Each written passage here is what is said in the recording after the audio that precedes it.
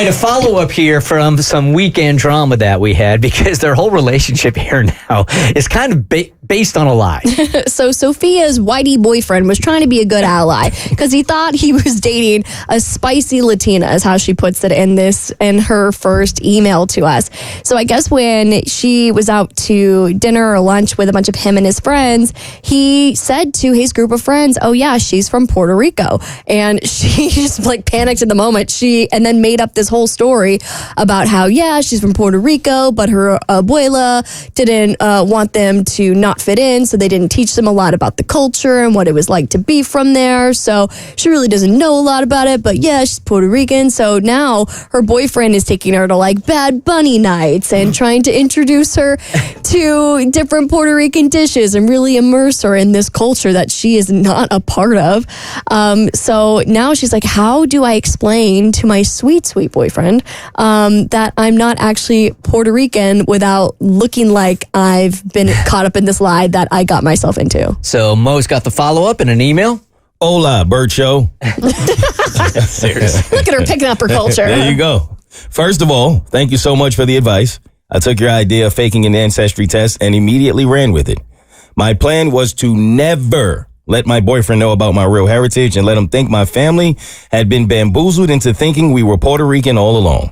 So that weekend, I downloaded a fake screenshot from one of those Ancestry DNA kits because I was not willing to spend both the money and the time waiting for a real one to show up.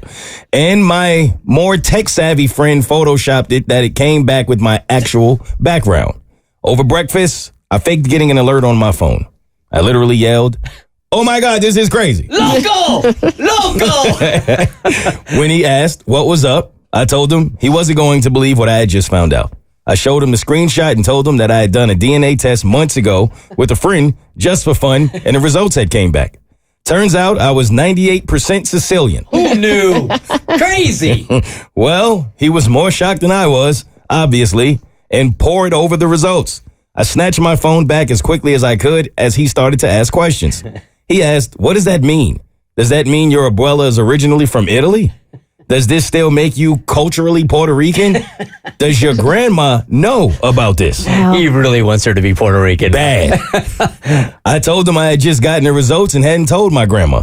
And I thought it was probably best not to let her know. He pushed back on that. He told me if he was my abuela, he would definitely want to know and thought it was important that I tell her.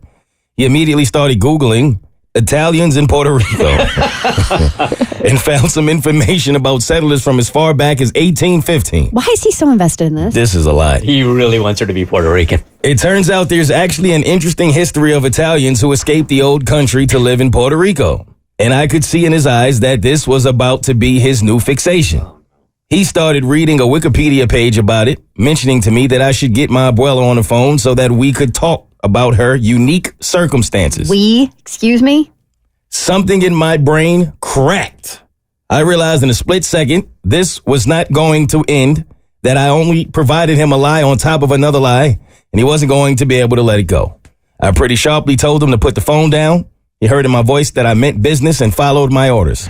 I joined him on the couch, held his hand, and told him the truth. I am not Puerto Rican.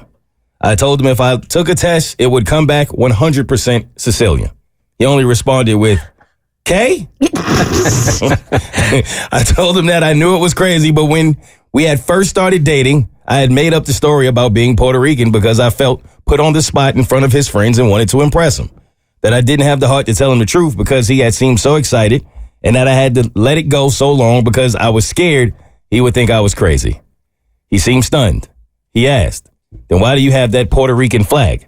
and pointed at the American flag with Nicki Minaj on the front. I told him it was American. He asked me why Celia Cruz was on it. I told him it was Nicki Minaj. Wait. Also, I didn't tell him at the time, but Celia Cruz is Cuban. He asked me why I always spoke in Spanish on the phone with my grandma. Turns out he had heard me call her Nona, and for the same reason, thought that was Spanish. It was a long conversation, but we are now finally up to speed. I have to be honest. We are still together, but I have a sinking feeling that we're not going to last. I think we're both totally exhausted after all this weirdness, and we've been sort of avoiding each other ever since we had that convo. We obviously bailed on the Bad Bunny Club night. Crossing my fingers that we can get past this. But if not, así es la vida. Thanks for all your help and not calling me crazy. Ciao, Hey, Sophia. You're kind of crazy. Little bit. Little loco. Loquito? Muy poquito. The Bert Show.